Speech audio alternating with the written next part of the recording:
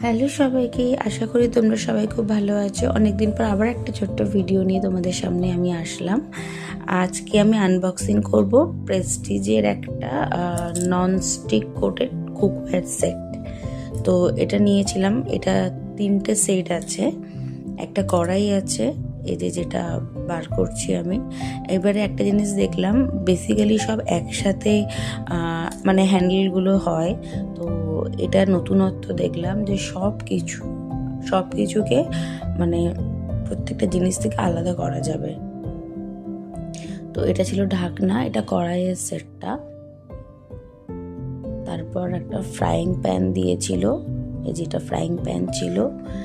আর এটাও দেখো ওই হ্যান্ডেলটা সেট করার জন্য আছে, মানে আমি খুলে পরিষ্কার করতে পারবো।